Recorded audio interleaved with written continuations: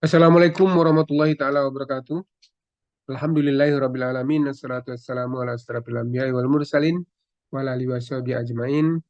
Rabbis shrah li sadri wa yassir li amri wahlul 'uqdatam min lisani yafqahu qawli. Ya Rabbana zidna ilman warzuqna fahman.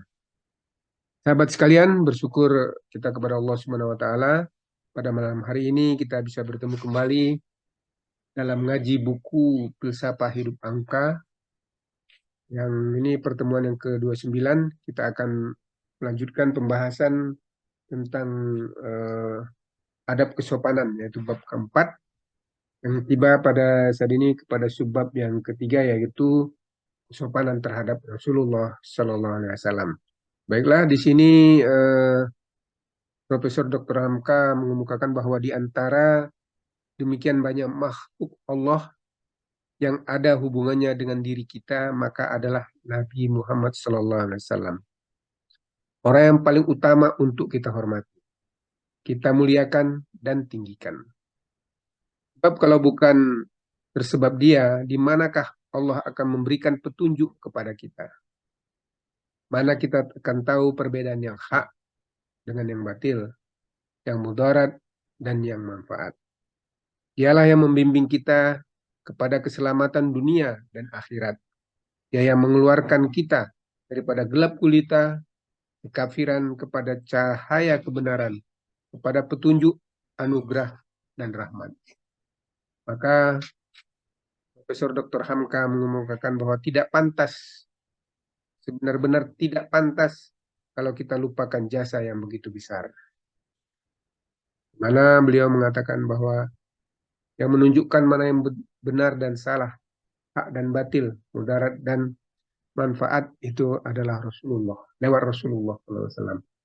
Itu makhluk Allah yang ada hubungannya dengan diri kita, yang menyebutkan itu adalah Rasulullah SAW. Segala orang yang ada akal, kata beliau, mesti merasa itu. Dia merasa berhutang budi kepada Nabi, sebagaimana kepada ibu bapanya dan gurunya juga. Malahan lebih. Tetapi dengan cara bagaimana mestinya menghormati Nabi? Bukankah umat-umat yang telah terdahulu banyak yang tersesat karena tidak tahu cara bagaimana menghormati Nabi atau Rasulnya? Sehingga orang Nasrani mengatakan bahwa Isa Al-Masih itu anak Allah adanya. Anak Allah yang menumbuhkan dirinya sebagai manusia untuk penebus dosa manusia. Mereka katakan dia Tuhan sebab dia menyembuhkan orang sakit, menyalangkan mata orang buta, dan lain-lain keajaiban yang diberikan Tuhan dengan itu. Jadi dengan perbuatan demikian kaum Nasrani telah terbalik. Lantaran terlalu sopan dan adab Allah telah diberikan kepada Nabi, itulah sebabnya. Maka orang Islam diberi tuntunan oleh Allah Subhanahu wa Ta'ala bagaimana caranya menghormati Nabi. Hormat sudah pasti kepada pemimpin, tetapi jangan menuhankan. Kita wajib hormat kepada pemimpin, tapi tidak. Mula-mula hendaklah diketahui bahwa Nabi itu ialah hanya seorang manusia sebagaimana kita juga. Tetapi dia diberi kelebihan dan keutamaan sehingga berbeda dengan manusia biasa. Akalnya dituntun dengan wahyu, sebab itu tidak serupa akalnya dengan manusia. Di zaman Rasulullah Shallallahu Alaihi Wasallam sudah diatur bahwa sekali-kali tidak boleh sahabat-sahabat itu mengangkat suara lebih keras daripada suaranya. Tegasnya mesti menundukkan kepala. Dibedakan pangkatnya dengan pangkat kawan sesama besar. Karena kalau Nabi Shallallahu Alaihi Wasallam diringankan demikian saja, niscaya segala amalan nantinya tidak dikerjakan dengan penuh minat, tetapi ringan saja. Auzubillahi minasyaitonirrajim. Bismillahirrahmanirrahim. Ya ayyuhallazina amanu la tarfa'u aswatakum fawqa sautin nabiyyi wa la tajharu lahu bil qawli kajahri ba'dikum li ba'di antah bato a'malukum wa antum la tash'urun. Innal ladzina yaghudduna aswatahum inda Rasulallahi ulaikal ladzina namtahanallahu qulubahum bitaqwa lahum maghfiratu wa ajrun azim. Yang artinya, wahai segala orang yang beriman, janganlah kamu angkat suaramu lebih tinggi dari suara Nabi. Dan jangan kamu lantangkan suara kepadanya sebagai bercakap di antara kamu bersama kaum. Nah, karena itu akan menjatuhkan amalan kamu. Padahal kamu tidak merasa. Sesungguhnya, orang yang merendahkan suaranya di sisi Rasulullah, itulah orang yang diuji Allah hati mereka untuk mencapai takwa, bagi mereka ampunan dan pahala yang besar. Jadi ini malah ditetapkan Allah dalam Al-Quran bahwa pada zaman sahabat Rasulullah dahulu ditetapkan tidak boleh bersuara lebih keras. Dan kita bila berbicara dengan Rasulullah tidak sama dengan kita berbicara dengan kawan-kawan kita yang sahabat besar. Dahulu ada orang yang pernah memanggil-manggil Nabi saja dari luar. Itu juga satu sikap yang tidak sopan. Telah ditegur oleh Allah Subhanahu wa taala. Auzubillahi minasyaitonirrajim. Innal ladzina yunadunaka min wara'il hujurati aksaruhum la ya'qilun. Ayat 4.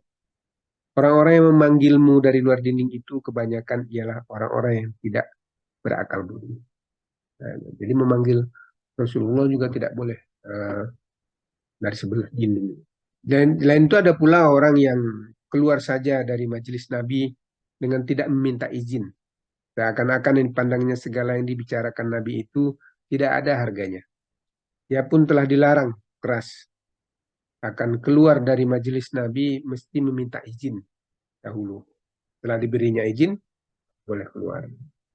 Nah, jadi dalam satu pertemuan Rasulullah pun tidak boleh keluar sembarangan tanpa membeli izin dahulu. Kalau izin.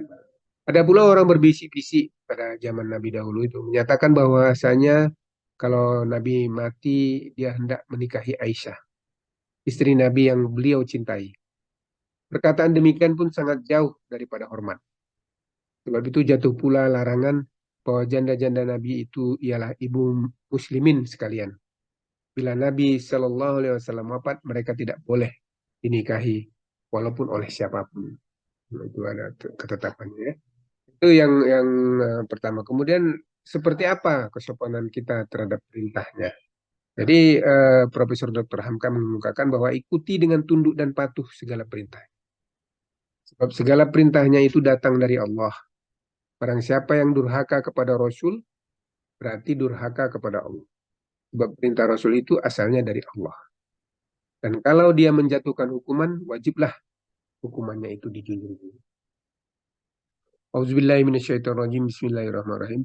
Wa ma kana lil mu'mini wala mu'minati iza qadallahu wa rasulahu amran ayyakuna lahumul li khairatu min amrihim wa man ba'dillahi wa rasulahu faqad dhalla dhalalan mubina.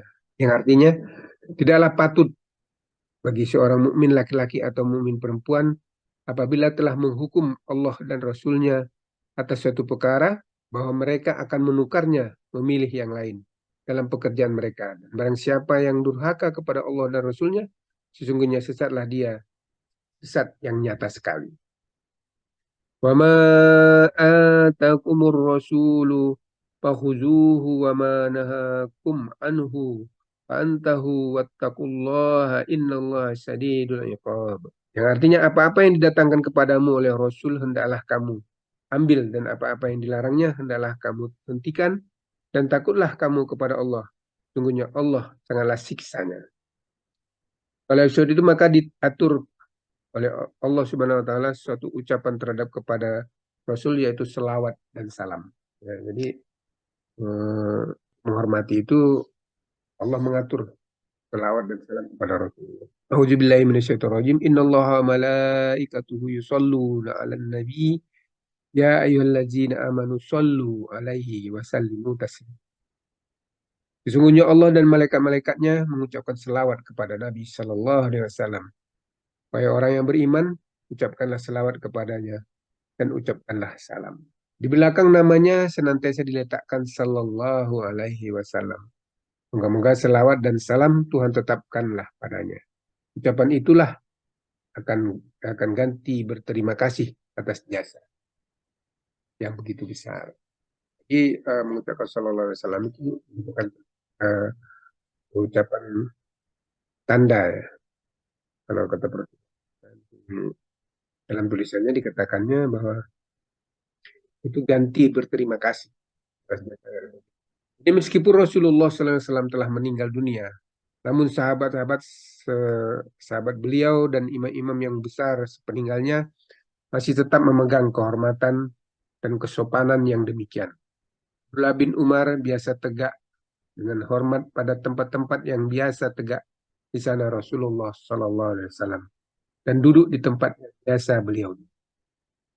Imam Malik, imam yang masyhur itu yang bergelar Imam Darul Hijrah, yaitu imam di negeri tempat pindah Nabi Madinah, senantiasa memakai baju yang baru, memakai minyak yang harum-harum, dan berwudu apabila beliau akan mengajarkan kitab Al-Muwatta-nya di dekat makam Rasulullah SAW. Dan tiap-tiap beliau membacakan satu hadis, beliau berkata, telah menyampaikan kepadaku Nafi, dan Nafi itu menerima daripada Abdullah bin Umar, dan Abdullah bin Umar menerima daripada yang mempunyai makam ini. Diisyaratkannya tangannya kepada kubur itu dengan amat hormatnya. Nah, begitu kehormatan Malik itu terhadap Abu Ja'far al-Masyhur, Khalifah Bani Abbas yang masyhur itu, tiap-tiap beliau pergi naik haji ke Baitullah dan lewat di negeri Madinah, sebelum masuk ke dalam kota lebih dahulu, beliau turun dari atas kendaraan. Ketika ditanya orang, apa sebab beliau berbuat demikian, padahal khalifah-khalifah yang lain yang terdahulu daripadanya tidak berbuat begitu. Beliau berkata bahwa hatinya tidak tega menaiki kendaraannya di atas tanah yang mengandung tubuh Rasulullah Shallallahu Alaihi Wasallam. Nah, begitu dia hormat. Karena kemajuan seni diperbuat orang gubah pada kuburan Nabi Muhammad Sallallahu Alaihi Wasallam di Madinah. Tetapi kaum muslimin yang jahil kadang-kadang telah memandang kubur itu sebagai orang musyrik memandang berhala. Raja Ibnu Saud memerintahkan penjagaan yang keras di hadapan makam Nabi. Karena orang Islam yang bodoh kerap berbuat di hadapan makam itu sebagai perbuatan yang musyrik. Raja negeri Syam yang bernama Nuruddin Zanki menyuruh membina keliling makam Rasulullah SAW dan kedua sahabatnya Abu Bakar dan Umar dengan besi karena terdengar berita bahwa ada spion-spion negeri asing dari tentara salib bermaksud hendak menggali kubur itu dan mencuri jenazah beliau dari kubur. Nah, itu salah satu penghormatan raja-raja anu, kalau ada sesuatu yang anu mereka tak menjaga. Sallallahu Alaihi Wasallam. Pada pendapat saya, kata Hamka, karena diliputi oleh kejahilan, maka banyaklah kaum muslimin yang tidak mengerti lagi akan hakikat hormat kepada Nabi itu. Memang banyak yang kepercayaannya telah bercampur aduk dengan kepercayaan lain, sehingga Nabi diperserikatkannya dengan Tuhan. Maka apabila kecerdasan akalnya telah tinggi dan telah paham akan hakikat agamanya, tahulah dia bagaimana cara sebenarnya menghormati Nabi. Itu jelasan Profesor Hamka tentang kesopanan terhadap Rasulullah. Jadi telah kita lihat dari tulisan tadi bahwa pada zamannya dan pada zaman setelah sahabat banyak para ulama-ulama yang begitu hormat kepada Rasulullah dengan berbagai cara tadi.